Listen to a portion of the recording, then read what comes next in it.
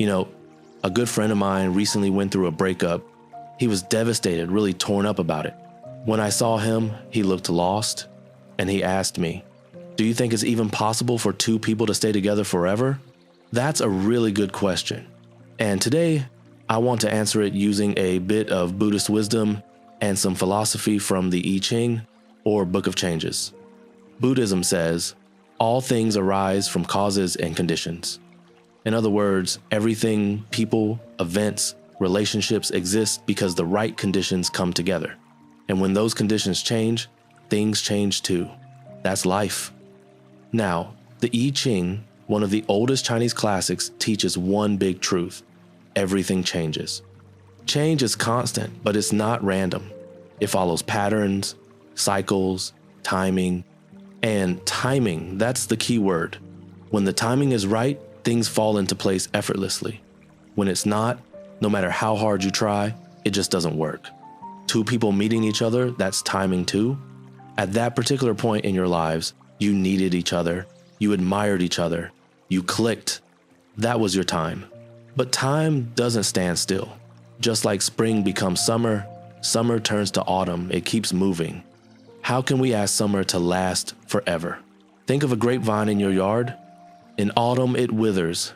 In spring, it sprouts again. Is it the same vine as last year? Well, yes and no. The roots are the same. That's your shared memories, your beautiful past. They're buried deep, and no one can take them away. But the new vines that grow, they face this year's sunshine, this year's rain, this year's wind. If they try to grow exactly like last year's, they die. That's what endless renewal means. Life keeps creating itself. And relationships are the same way. They grow from shared roots, but they need new branches to adapt to new seasons of life. If one person is ready to grow and move forward, but the other stays stuck in the past, their timing no longer matches. And when that happens, separation is natural. There's no right or wrong in that. But most of us, we treat relationships like building a house. Once it's built, we expect it to stand forever. The truth is, that's not how life works. Let me give you another picture. Life is like a river, and we are boats floating downstream. Sometimes, two boats meet at a crossing, and you sail side by side for a while, laughing, talking, sharing the journey. But eventually, the river splits. Your boat heads south, mine goes north. What can we do? We wave, we say, take care, and we keep going. You can't tie two boats together and expect them to sail smoothly. You'll both get stuck, maybe even sink. So when people part ways, it's not a failure. It's just two travelers continuing their own journeys. That's wisdom. I still remember my desk mate from middle school. We all had someone like that, right? They helped us with homework, shared snacks, split their lunch with us. At the time, it felt real pure, honest friendship. You probably thought, we'll be best friends forever. But then they went to trade school, and you went to high school. Your lives split in two directions. It's not that your feelings changed, your worlds changed. They were learning a craft.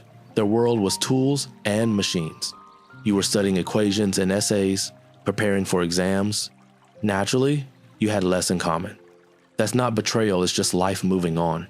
Years later, you run into them at the market, they're pushing a stroller, you're carrying groceries. You chat for a minute, then go your separate ways. You feel a little nostalgic, maybe a little sad, but you know what? You should feel happy because you can see they're doing well. They've built their own family, they've moved to their next chapter, and you have too. Isn't that a beautiful ending? We don't have to stay glued together to prove something is good. As Confucius said, a noble person seeks harmony, not sameness. We can care for each other deeply, even as we walk different paths. That's maturity. The time you share together, those snacks, those laughs, that's like money in your memory bank. It's always there. When you think of it, it warms you. But you can't say, because I have that memory, I'll never accept new ones. That would bankrupt your emotional bank. So don't be greedy with relationships. We always want to hold on to what feels good, like a child collecting rare trading cards. The fun isn't in owning the cards, it's in the hunt. the trades, the excitement. But one day, those cards gather dust, the child has grown up. As adults, we do the same with love. We go through something beautiful and want it to last forever. We hold on so tight, refusing to let go. And then we're sad when it changes, when the card isn't shiny anymore. But we forget it already gave us joy. That was its purpose. In Chinese culture, we talk about Li, the natural order, the pattern of things. Jade has its grain. Carve along it, and it becomes art. Go against it, and it shatters. Relationships are like that too. They have their natural rhythm of growth and fading. If you fight it, you'll only break your heart. Suzy Mo wrote, "You and I met on the sea at night. You have your direction, and I have mine." It's a beautiful line, and not sad, actually, because he understood. Each of us is an independent being. Meeting at all, in this vast world, is already a miracle, like two shooting stars crossing paths for a second of shared light. Then they go their separate ways. We don't scold the stars for not staying together forever. We simply cherish that moment of brightness. That's wisdom. People suffer because they can't see this. They cling to what's meant to move. Remember that line from My Own Swordsman by Zhan Tong says, "The world is always bigger than you think as long as you're willing to keep exploring." He wasn't afraid to lose people because he believed when one story ends, another begins. That's the wisdom of the I Ching too. Endings make space for beginnings. Now, in life, you'll meet two kinds of people, beams and lanterns. The beam is your foundation, your character, your principles, your skills, your integrity. That's what holds up your life. It's yours to build, and no one else can build it for you. Then there are lanterns. Lanterns are the people who light your way for a while. Maybe they show up when you're lost and give you light for one stretch of road. But lanterns burn out. The wind blows, the flame fades. And when that happens, what do? Do you sit down and cry in the dark? Or do you use the light they gave you to find your next step? If you choose the second path, you'll notice something. Because they once lit your way, your eyes have learned to see in the dark. You've grown stronger. Their light has become your own strength. That's not loss, that's inheritance. So never treat any relationship as your lifeline. Ask yourself, why does missing someone hurt so much? Partly because we tie our value to them. We think, if they love me, I'm worth something. If they leave, I'm nothing. But that's completely wrong. Your value is not given by anyone else. It's yours by birth. Parents age, lovers change, children grow up and move away.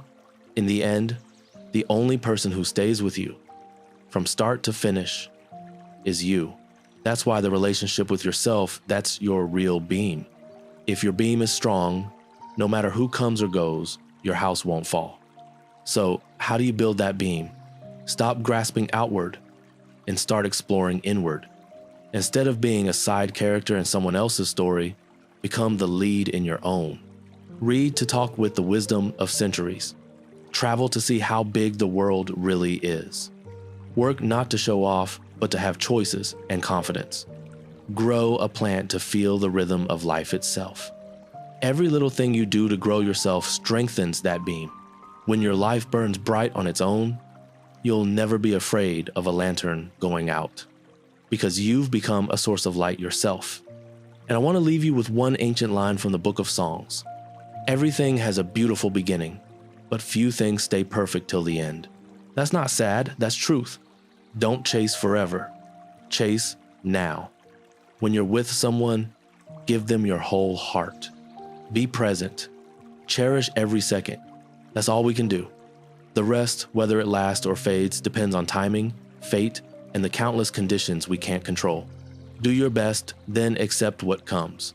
Stop asking how long forever is, because forever doesn't exist. What exists is this moment, and this moment is enough. So keep walking. You'll meet beautiful people along the way. Some will walk beside you for a while and hand you a piece of candy. Take it, taste it, enjoy its sweetness, and when it's gone, keep going. Who knows? Maybe around the next corner, there's another candy waiting, a different flavor, a new experience, that's what makes life beautiful. If you only hold onto one candy forever, how boring would that be? So open your heart, look further, love deeper, and live brighter. Because the end of one story is often the beginning of another. All done for now. Thanks so much for sticking with me and giving this your attention. If you liked the article, don't forget to give it a thumbs up. Much appreciated.